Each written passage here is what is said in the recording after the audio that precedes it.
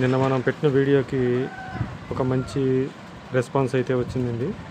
రసంగిని ఎలా ఎంచుకోవాలి అనే వీడియో ఒకటి మనం చేసాము.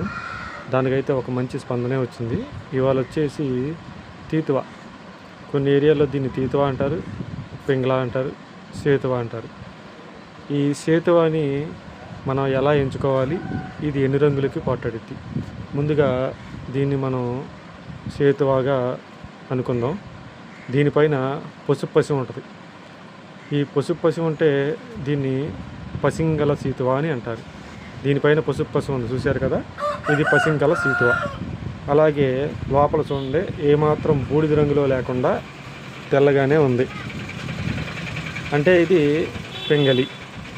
తర్వాత దీన్ని ఎక్కడా కూడా ఒక నల్లబొట్టు కూడా లేదు.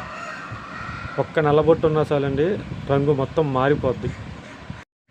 దీన్ని ఎలా ఎంచుకోవాలి అంటే,